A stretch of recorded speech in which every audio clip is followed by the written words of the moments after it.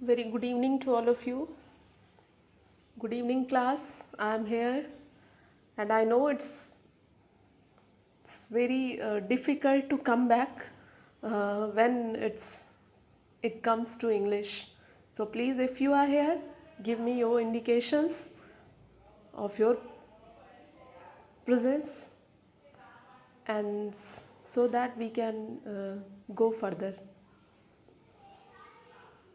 I am waiting for your comments. I am waiting for your presence. I am waiting for your coming live. I am waiting for our union. If you are here, please come.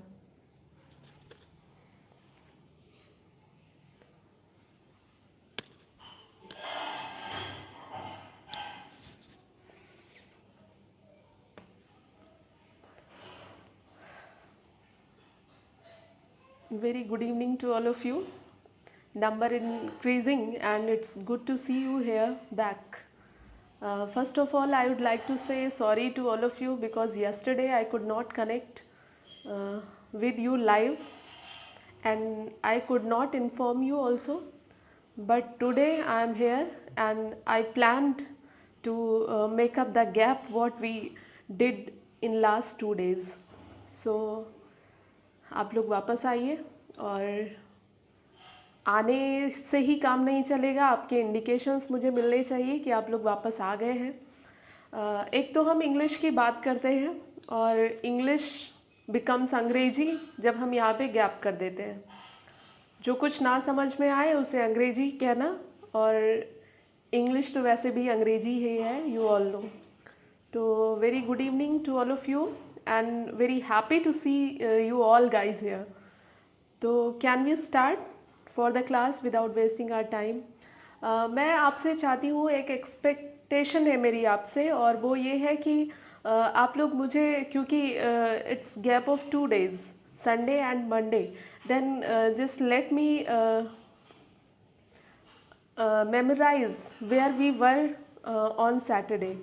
तो आप लोग मुझे अपने इन comments में लिख के बताइए कि मैं, ताकि ये जान सकूं कि आप लोगों को कुछ याद है, आप लोग वहाँ पर थे जहाँ पर हम बात कर रहे थे, और स्टिल हम वहीं से आगे बढ़ना चाहते हैं, बिकॉज इंग्लिश में अगर हमने कहीं गैप किया तो इंग्लिश को अंग्रेजी बनते देर नहीं लगती। तो लेट मी नो कि क्या था, हम कहाँ पर थे। और जहाँ तक मुझे याद है, मैं आप लोगों के साथ डिस्कस कर रही थी नाउन को, नाउन एंड इट्स काइंड्स। सो अब मुझे शायद उस पर बहुत ज़्यादा डिस्कशन करने की ज़रूरत नहीं है, बट एक नट शेल में आपको बता दूं कि noun is a name of dot dot dot. Noun is the name of dot dot dot, person, place और थिंग, इसके साथ कुछ भी जिसको आप नाम दे देते हैं वो नाउन हो जाता है। The name you can use as subject और you can use as object, वो सब कुछ नाउन हो जाता है।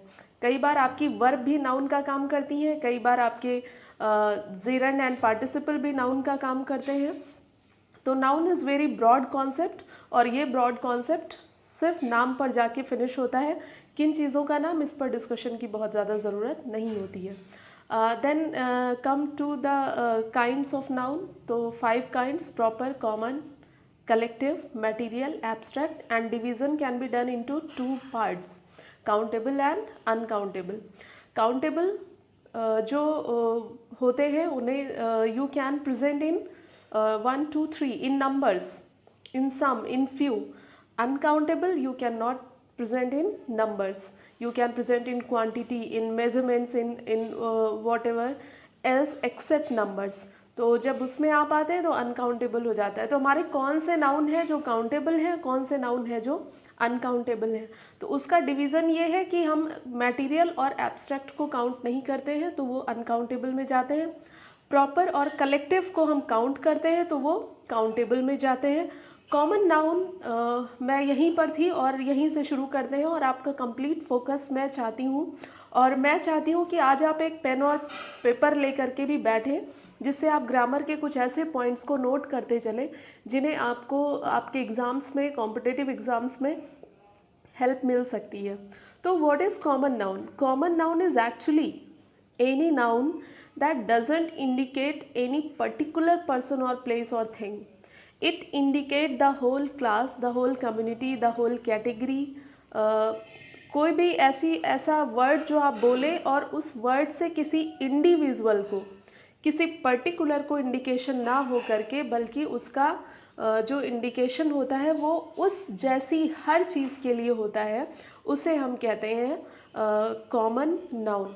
अब क्वेश्चन ये है कि कॉमन नाउन काउंटेबल होते हैं, लेकिन एक बहुत बड़ा क्वेश्चन ये है कि कॉमन नाउन जिनको हम काउंटेबल नाउन कहते हैं, कई बार हर नाउन जो हमारे 5 काइंड्स ऑफ नाउन हैं, वो 5 kinds of noun common noun बन जाते हैं। ठीक है, उनका स्पेसिफिकेशन हो जाता है। एक और चीज़ हम लास्ट डे डिस्कस कर रहे थे कि हमारे जो आर्टिकल्स है ए एंड द, जो डेफिनिट और इनडेफिनिट आर्टिकल्स हैं, ए एंड इनडेफिनिट आर्टिकल्स हैं, द डेफिनिट आर्टिकल है, क्या हम इनका यूज़ अपने सभी 5 काइंड्स के साथ करते हैं? तो when we come to material and abstract noun, we don't use any article with them when they are used as material और abstract noun। स्पेसिफिकेशन नहीं किया जाता है तब तक उनके साथ हम किसी आर्टिकल का यूज़ नहीं करते हैं। आपको थोड़ा सा मैं एग्जाम्पल की तरफ ले चलती हूँ। व्हेन यू से water is life, water is life, क्या वाटर के साथ यहाँ पर दा लगना चाहिए, होना चाहिए? लेकिन जब आप इसको कहीं पर स्पेसिफाई करते हैं, वाटर इन द बॉटल या water of the glass, water of the glass is impure, water of the glass is impure. तो 1-2 सेंटेंसेस हैं हमारे पास, थोड़ा सा ध्यान दीजिएगा तो आपकी प्रॉब्लम यहाँ पर बहुत ज़्यादा सॉल्व होने वाली है।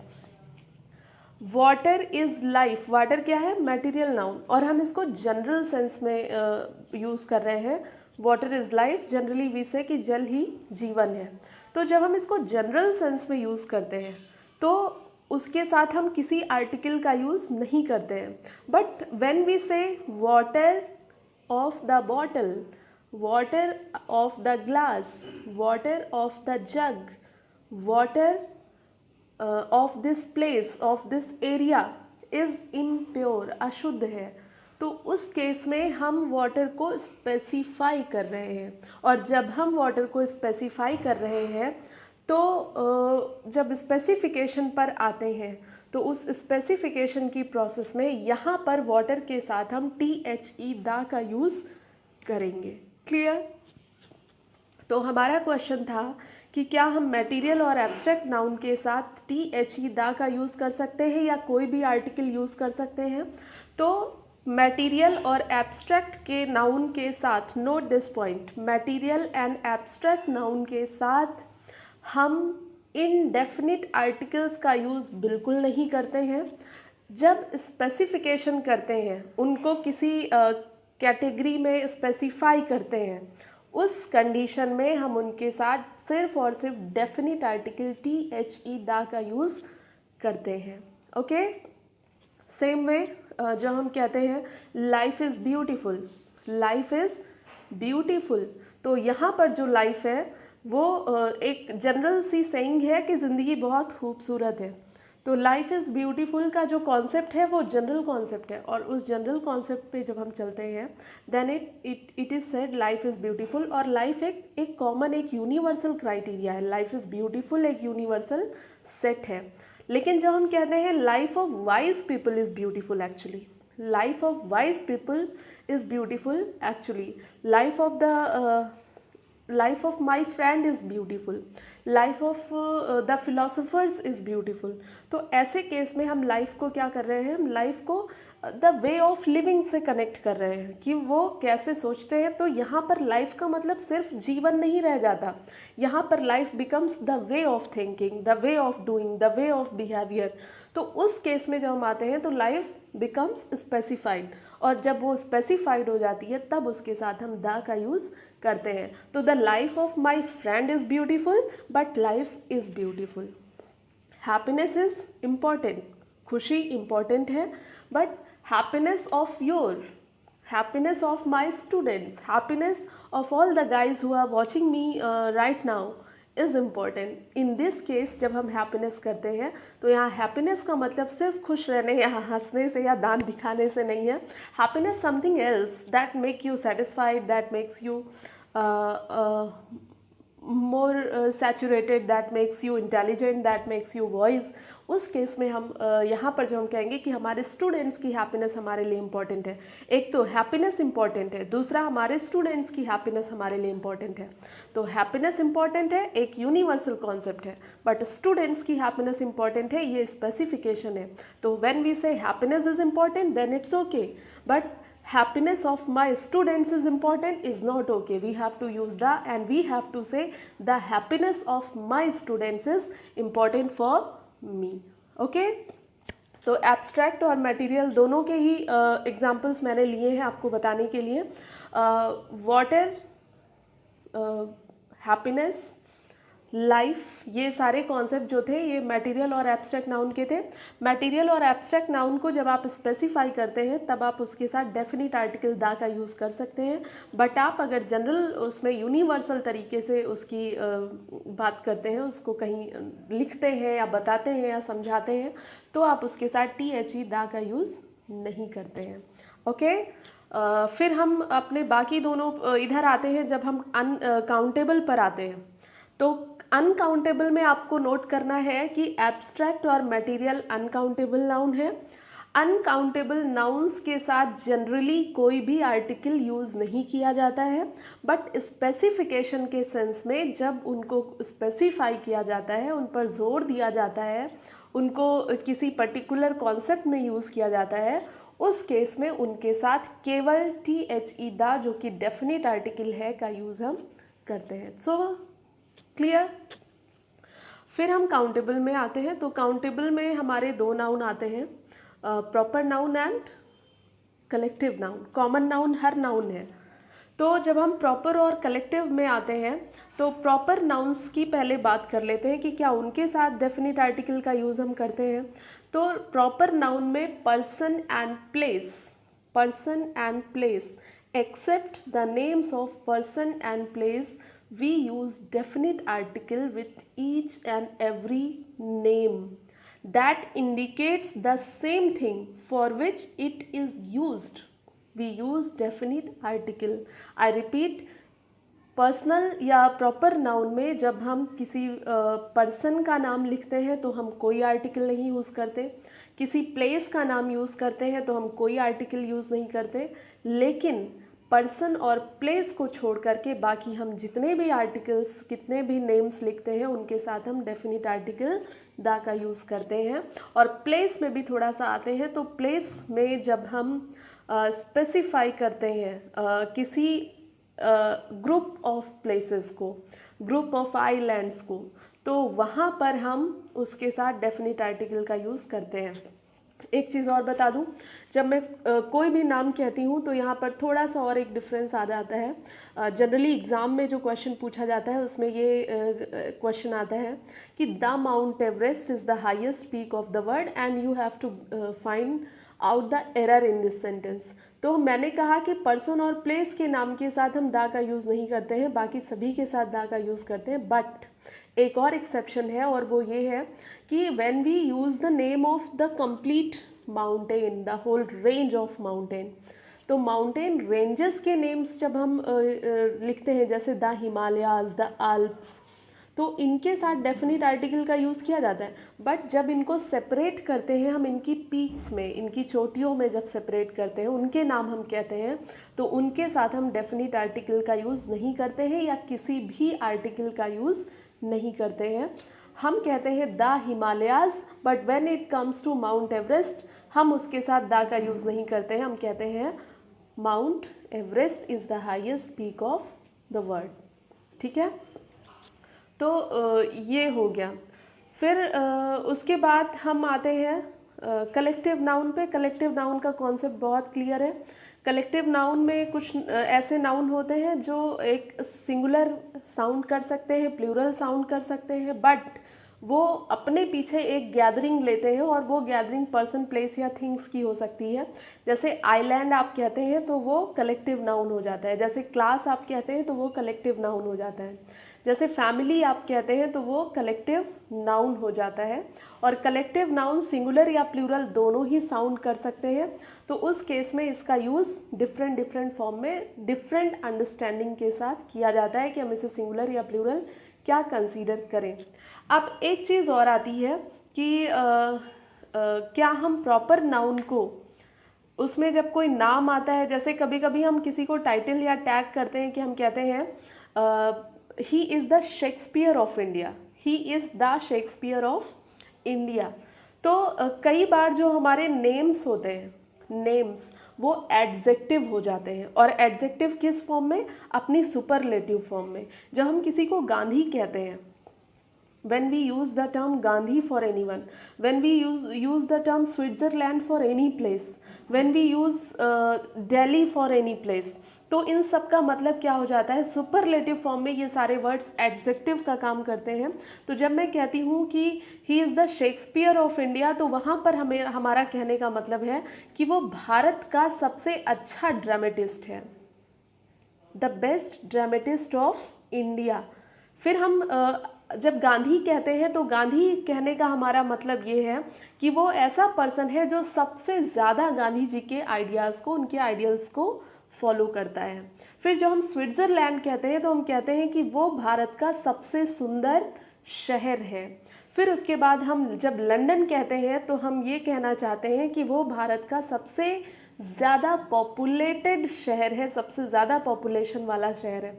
तो कई बार हमारे बहुत सारे वर्ड्स होते हैं जो प्रॉपर नाउन होते हैं, बट वो as title, as class, as common noun बहुत दूसरी सारी चीज़ों के लिए यूज़ हो जाते हैं या फिर एडजेक्टिव की तरह यूज़ हो जाते हैं। तो ये सेंटेंस पर डिपेंड करता है कि हम उनको कैसे लेते हैं। So the question is, he is the Shakespeare of India, he is the Shakespeare of India. Kashmir is the Switzerland of India. Mumbai is the London of India. तो जब हम इस तरह से इन वर्ड्स को यूज़ करते हैं तो यहाँ पर ये जो हमारे वर्ड्स हैं ये प्रॉपर नाउन में आपको दिख तो रहे हैं, लिखे ये कैपिटल लेटर से ही जाएंगे, बट इन सेंटेंसेस में ये प्रॉपर नाउन है नहीं। ये वो प्लेसेस हैं जिनको हम कॉमन नाउन की तरह इस्तेमाल कर रहे हैं, और कॉमन नाउन की तरह जब यूज़ करते हैं देन इट हैपन्स। तो प्रॉपर नाउन भी कॉमन नाउन की तरह कैसे यूज़ होते हैं ये बताना चाह रही हूँ मैं। अगर आप किसी बहुत साफ़ सुथरी नदी को गंगा कह देते हैं तो इट डजंट मीन कि वो गंगा है। गंगा मीन्स वो सबसे पवित्र नदी है और सबसे ज़्यादा साफ़ सुथरी है। जैसे आज के रेफरेंस में बात करें तो बहुत सारे मैसेजेस वायरल हो रहे हैं कि जो यमुना नदी है उसकी जो तली है वो दिखाई देने लगी है, उसमें नीचे मतलब इतनी साफ़ हो गई है वो रिवर की वो। तो अगर इस रेफरेंस में मैं कहूँ कि Yamuna has become the Ganga nowadays, तो मेरा कहने का मतलब ये होगा कि गंगा, यमुना जो है वो भी बहुत ज़्यादा साफ़ सुथरी हो गई है। ठीक, तो ये इस तरह से हम प्रॉपर नाउन को कॉमन नाउन की तरह यूज़ कर सकते हैं। क्लियर? और जब हम प्रॉपर नाउन को जिसमें पर्सन नेम या प्लेस का नेम आता है तो फिर ऐसे केस में हम इनमें सबके साथ डेफिनेट आर्टिकल दा का यूज़ करते हैं। एंड आई वांट कि आप इन पॉइंट्स को कहीं लिखते चलो, क्योंकि आपको किताबें फिल्टर नहीं करनी पड़ेंगी, आपको सिर्फ ये पॉइंट्स हेल्प करेंगे, आई गारंटी। ठीक है, तो ये हमारे पॉइंट्स हो गए हम जो डिस्कशन कर रहे थे। एक चीज़ बचती है कलेक्टिव नाउन पर, थोड़ा सा मैं और फोकस कर दूं।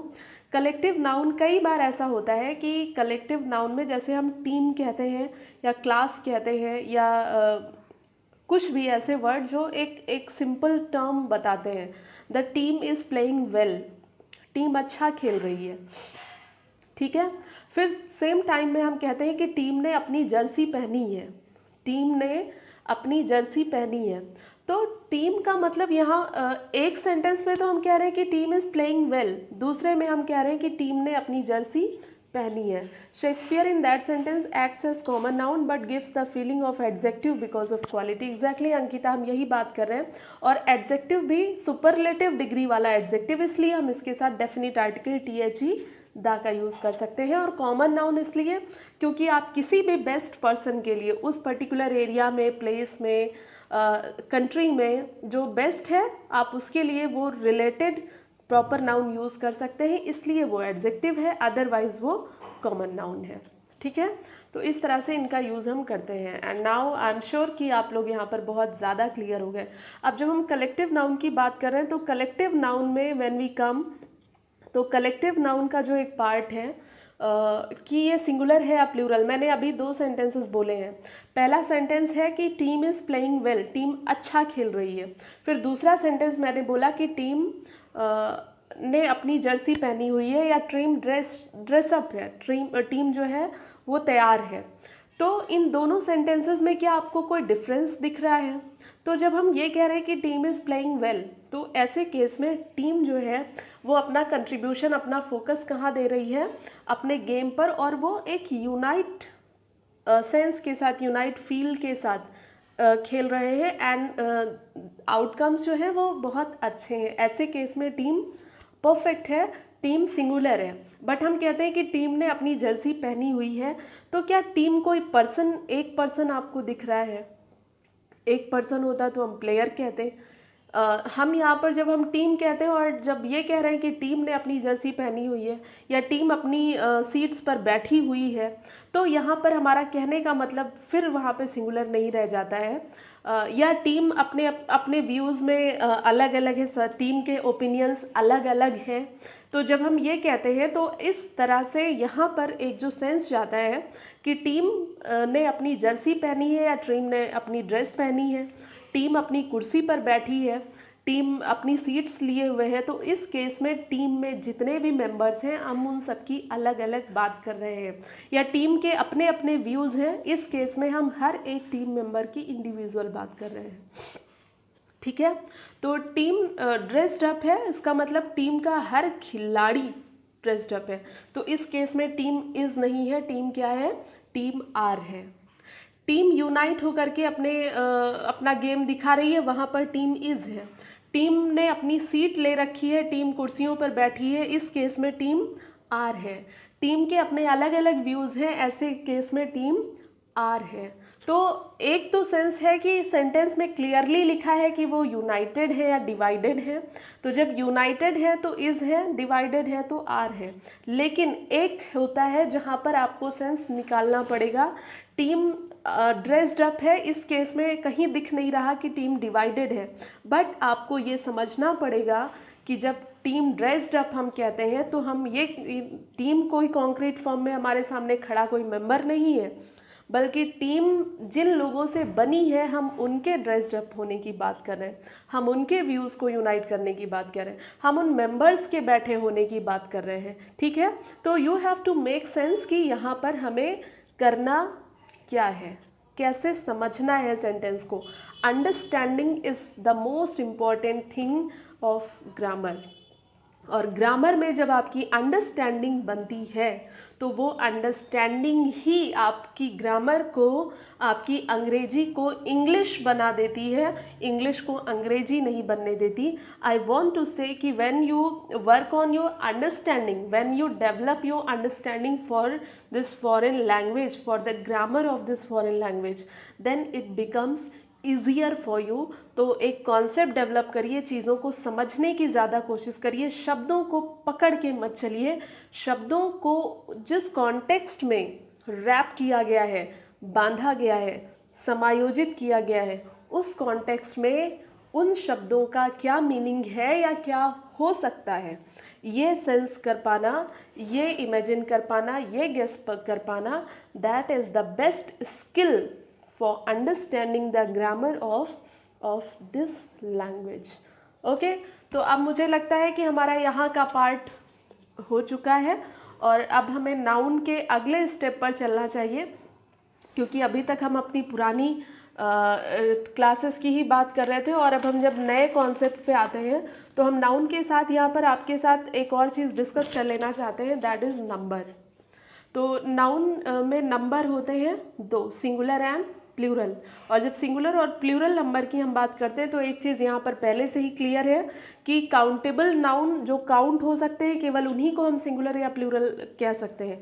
जो काउंटेबल नहीं है, जिन्हें काउंट नहीं किया जा सकता, उन्हें सिंगुलर या प्लूरल भी नहीं कहा जा सकता। तो इस केस में एकदम क्लियर है कि मटेरियल और एब्स्ट्रैक्ट नाउन इस क्लास में नहीं आएंगे, इनका प्लूरल नहीं होता है। और अगर आपने कहीं इन्हें प्लूरल फॉर्म में यूज होते हुए देखा है तो उनका मतलब उसका प्लूरल फॉर्म नहीं है बल्कि उसका मतलब कुछ और है। जैसे हम चेन यूज़ करते हैं, CHAIN।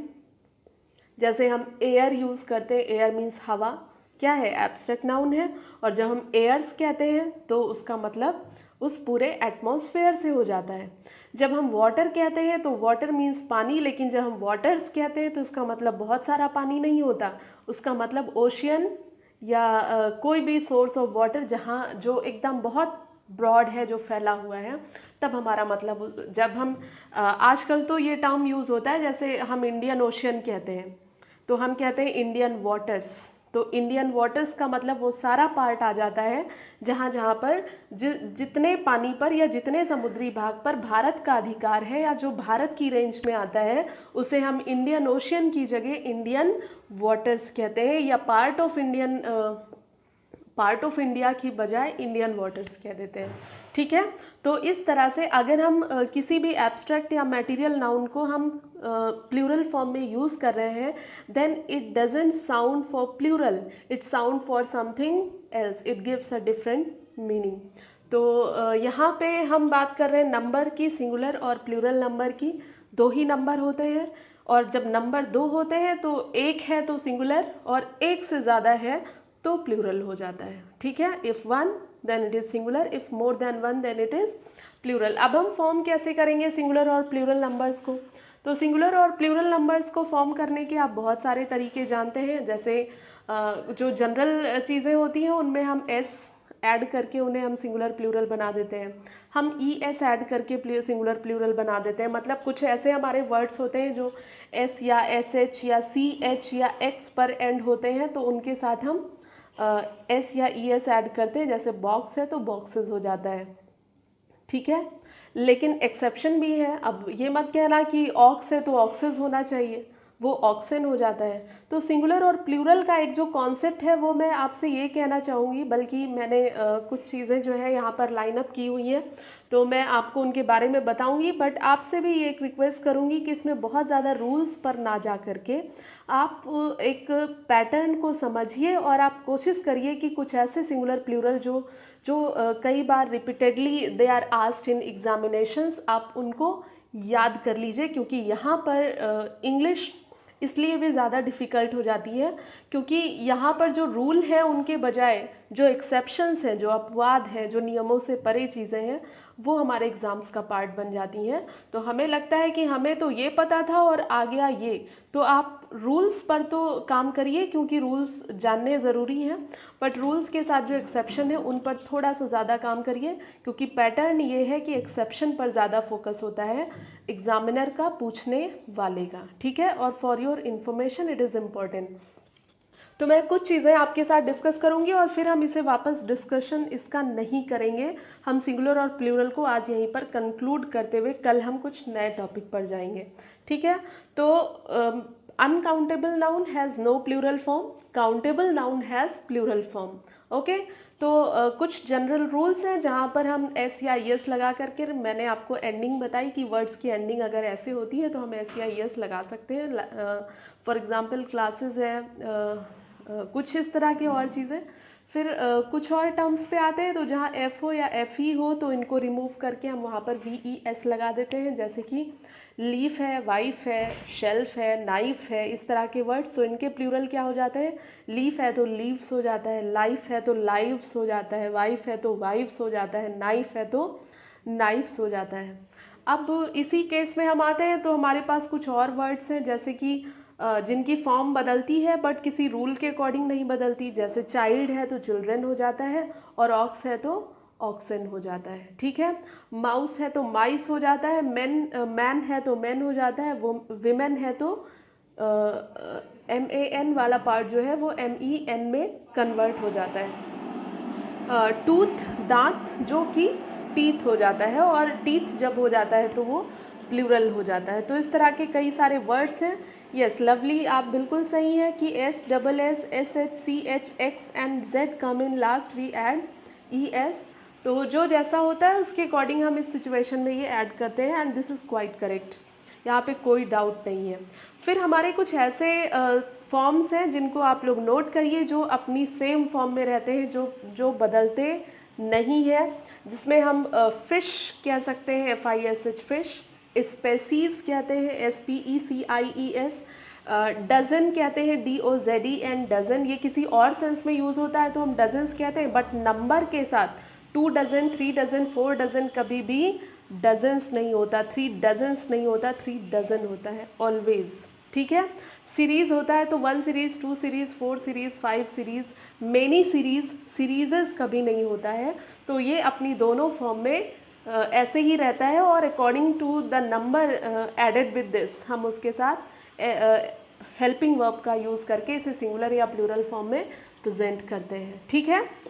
ऐसे ही हमारी कुछ डिजीज़ेज़ हैं, जैसे मेजल्स यूज़ होता है, मम्स यूज़ होता है, रिकेट्स यूज़ होता है। तो ये सब नेम्स हैं जिनको हम यहाँ पर यूज़ करते हैं। तो आपको एक मैं ट्रिक दे रही हूँ, हमारे पास सिंगुलर और प्लूरल फॉर्म में एक टेबल है, एक चार्ट है, जैसे हम इर्रेगुलर नाउन कह सकते हैं, इर्रेगुलर नाउन, और वो सिंगुलर फॉर्म में ही यूज़ होती हैं हमेशा, उनके साथ एस लगा होता है, बट वो प्लूरल नहीं होते। ये हमारे कुछ सब्जेक्ट हैं ऋषभ, आपको अगर समझ में आ रहा है तो ये बहुत अच्छी बात है कि हम इन छोटे छोटे पॉइंट्स को समझते हुए चल रहे हैं, और अगर हम यहाँ से हमारी समझ को अच्छा करते चलते हैं तो आगे चल करके ये ग्रामर हमारे लिए बहुत इजी होने वाली है, और ना केवल हम समझ पाएंगे बल्कि दूसरों को भी समझा पाएंगे। तो thank you for all your comments कि आप लोगों को समझ में आ रहा है फॉर दिस थिंग। तो इर्रेगुलर नाउन में आते हैं जो कि दिखते प्लूरल हैं बट है सिंगुलर, और हमेशा सिंगुलर होते हैं। जैसे कि आप कहते हो mathematics, but mathematics is the name of the subject, तो वो कभी आर नहीं होता। आप इकोनॉमिक्स कहते हैं, सब्जेक्ट है, एस लगा है, बट प्लूरल नहीं है, ठीक है, नेम ऑफ सब्जेक्ट है। एथिक्स, नीति शास्त्र कहते हैं इसे, नाम है सब्जेक्ट का। इकोनॉमिक्स, पॉलिटिक्स, ये सब क्या है, ये सब फील्ड है, ये सब नेम्स है, और ये प्लूरल दिखाई देते हैं but they are not plural. इसी के साथ एक और वर्ड है न्यूज़, NEWS, न्यूज़ कभी भी प्लूरल फॉर्म में नहीं जाता है, बट इसके साथ आप चाहें तो नंबर्स का यूज़ करके आप इसे सिंगुलर या प्लूरल फॉर्म में बना सकते हैं, ठीक है। नेक्स्ट आता है हमारा इर्रेगुलर प्लूरल का। When the is used before objective, singular change in plural. Okay, lovely. I can't get ki it is your question or what you have understood you are saying here. So okay.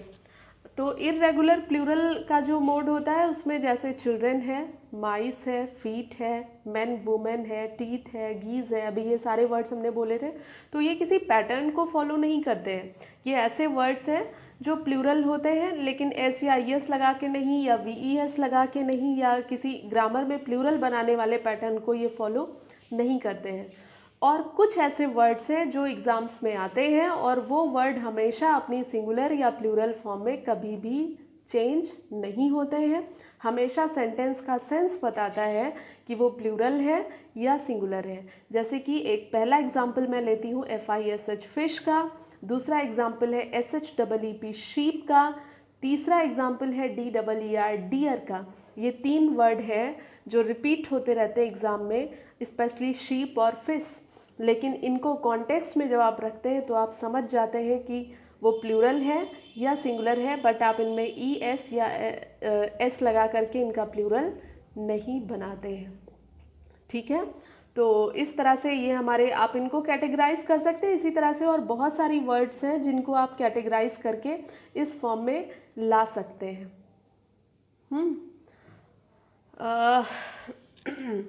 फिर कुछ और words हैं जिनको plural बनाना होता है exam के point of view से। जैसे आप कहते हैं हैंडफुल, हाथ भर के मुझे चाहिए। आप कहते हैं स्पून फुल, चम्मच भर के चाहिए, तो 3 स्पूनफुल कहना है, 4 स्पूनफुल कहना है, 3 हैंडफुल कहना है। तो हैंडफुल या जो भी वर्ड्स ऐसे जिनके पीछे प्रीफिक्स सफिक्स लगाया जाता है, FUL फुल का, तो उनका प्लूरल हमेशा फुल में S लगा करके बनता है। तो 1 स्पूनफुल का प्लूरल होगा स्पूनफुल्स, हैंडफुल का प्लूरल होगा हैंडफुल्स। ठीक है, इसी तरह से आप जैसे इन लॉज के साथ आप सिंगुलर प्लूरल बनाते हैं। तो lovely, now I get your point, and अभी मैं आपको इस पर डिस्कस करती हूँ, या फिर मैं आपको आपके इनबॉक्स में जा कर के आपको इसका रिप्लाई करती हूँ। ठीक है, लेट मी फिनिश। तो जब हम इसको इन लॉज का, जैसे father in law, brother in law, sister in law, इस तरह के टर्म्स हम यूज़ करते हैं, तो उसमें इन लॉज जो है पार्ट हमारा एडजेक्टिव का रोल प्ले करता है। और हम एस कहाँ पे लगाते हैं, हम फादर इन लॉ का प्लूरल लिखते हैं fathers in law, fathers in law, mothers in law, sisters in law, brothers in law. Okay, तो इन लॉ एडजेक्टिव पार्ट होता है, फादर, मदर, सिस्टर, ब्रदर में एस लगाया जाता है। फिर हम एक टर्म यूज़ करते हैं स्टेप सन, स्टेप मदर, स्टेप फादर। इस केस में हम स्टेप में एस नहीं लगाते हैं, स्टेप सन्स लिखते हैं, स्टेप फादर्स लिखते हैं, स्टेप मदर्स लिखते हैं। ठीक है, तो इस तरह से वर्ड यूज़ करते हैं। इसके अलावा एक और टर्म पहले यूज़ किया जाता था, हालांकि ये अब एक्सेप्शन का पार्ट हो चुका है। पहले यूज़ किया जाता था सर्वेंट, तो प्लूरल हो जाता था सर्वेंट्स। फिर उसके साथ यूज़ किया जाता था मैन सर्वेंट, वुमेन सर्वेंट, तो वहाँ पर भी चीज़ें, दोनों ही टर्म्स बदल जाते थे। बट मेड सर्वेंट जब यूज़ किया जाता है, तो आजकल तो मेड वर्ड ही सर्वेंट के लिए इस्तेमाल किया जाता है। तो हमारी स्पीकिंग इंग्लिश में उसे जानना बहुत ज़रूरी नहीं है, बट यहाँ पर जो है इस तरह की चीज़ें होती हैं। ठीक है, तो ये हमारा कॉन्सेप्ट था सिंगुलर और प्लूरल का, और मैं चाहती हूँ कि आप लोग इस पर थोड़ा सा और ज़्यादा काम करें, जिससे कि ये आपके लिए इजी हो जाए, और कम से कम ये तो कोई ऐसा पार्ट ना रहे कि हम कहें कि it's hard nut to crack. तो सिंगुलर और प्लूरल और noun part, now it should not be a hard nut to crack, but it must be the part of understanding. जिस तरह से आपने समझा है, जिस तरह से आपने कोऑपरेट किया है इस क्लास के लिए, वैसे ही ये क्लास आपको समझ में आए और ऐसे ही चलती रहे। तो कुछ चीज़ें हम यहाँ पर डिस्कस कर चुके हैं, सिंगुलर और प्लूरल नाउन को हम यहाँ पर डिस्कस कर चुके हैं।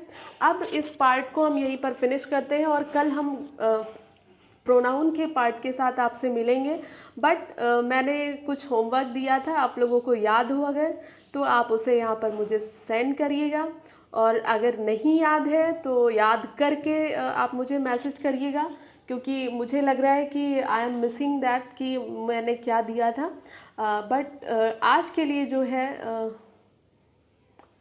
कुछ होना चाहिए आज के लिए, डू यू थिंक? तो कोई भी 5 इडियम या फ्रेजेस आप तैयार करेंगे, और उनके बारे में आप मुझे डिटेल में यहाँ पर मैसेज करेंगे। A blessing in disguise, a blessing in disguise, go back to the drawing board, no pain no gain, break the ice, every cloud has a silver lining. शायद यही वर्ड थे, शायद, और अगर नहीं थे तो इन्हें आज का बना लीजिए, और फिर हम कल की क्लास में मिलेंगे तो हम कुछ नई चीज़ें डिस्कस करेंगे। और तब तक के लिए thank you, good night, enjoy your classes, enjoy the learning. जब तक आप एंजॉय करेंगे लर्निंग को, ये लर्निंग आपको बहुत अच्छी लगेगी, लेकिन आप जैसे ही इसे बोर्डम की तरह लेंगे, इसे एक बर्डन की तरह लेंगे, ये आप पर बोझ बनती चली जाएगी। ठीक है, तो ये एक ऐसा प्रोसेस है जिसमें आप इंगेज हो जाते हैं, तो ये आपके साथ इंगेज हो जाती है, और थोड़ा सा भी डिस्ट्रैक्ट होते हैं हम अगर इससे, तो ये हमसे उससे ज़्यादा डिस्ट्रैक्ट हो जाती है। And the last thing I want to say, कि इस पूरे उसमें पढ़ने से ज़्यादा आसान और पढ़ने से ज़्यादा डिफ़िकल्ट काम कोई दूसरा नहीं है। बस डिपेंड करता है कि आप उसको कैसे डील करते हैं।